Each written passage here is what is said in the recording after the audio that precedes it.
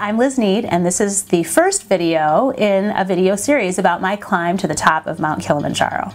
I prayed for transformation, and the mountain absolutely delivered. The first lesson that I want to share with you happened on the second day of the climb. We had been going for 2 days, and you know, I'm American. We don't ever have to move that constantly or for that long. I mean, really, we work out and then we go sit at our desks and we do our work. So at the end of the second day, you can imagine we were all tired, and we trudged into our camp. We could see the tents that were set up. The people that were there to support us had already set the camp up. And we were all just ready to slip our packs off and take our shoes off and just relax and talk about the day. But when we walked in, we heard this noise, this singing, and we look over and there are a whole bunch of camps set up, but we realized that this was for us. These were the people that we were traveling with, the Africans that we were traveling with. And they were there all kind of huddled together and looking at us, and they started clapping and singing.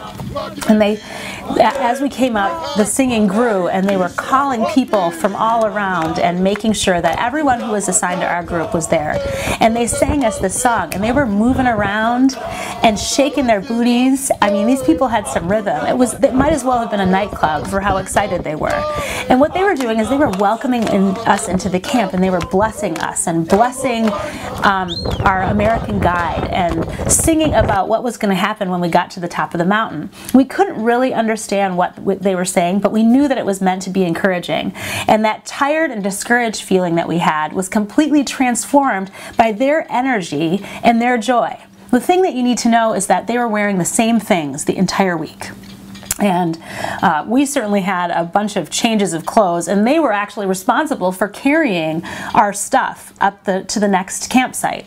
And I'm pretty sure that they didn't have a ton of money. They were away from their families, and they were responsible for serving us. I mean, they served us food, they carried our things, they heated up water so that we could wash our feet or take a bath. There was even someone who was available to carry our water and our number 1 and our number 2. Yep. Our waste. There was someone that was responsible for carrying that. But you would never have known that they were the ones in the servant positions. As far as what it looked like to the outside, it was an absolute joy to serve us. And it was so unfamiliar to us, because I really feel that culturally we're so afraid of being taken advantage of and being the low man on the totem pole. And we're so focused on climbing the ladder and being the leader that sometimes we forget how amazing it is to serve another person and to be so valued and needed. Because to be honest, we could not. It would have been a hard night to set up that camp. We were grateful that everything was there, and it was awkward, odd to have someone that was serving me be so joyful. So, that was a lesson that I learned, that first of all, that joy is something that happens on the inside. It's not related to everything that's going on around us. And also I realized joy is an absolutely inspirational thing, that you can bring out love and honor in another person by joyfully serving them.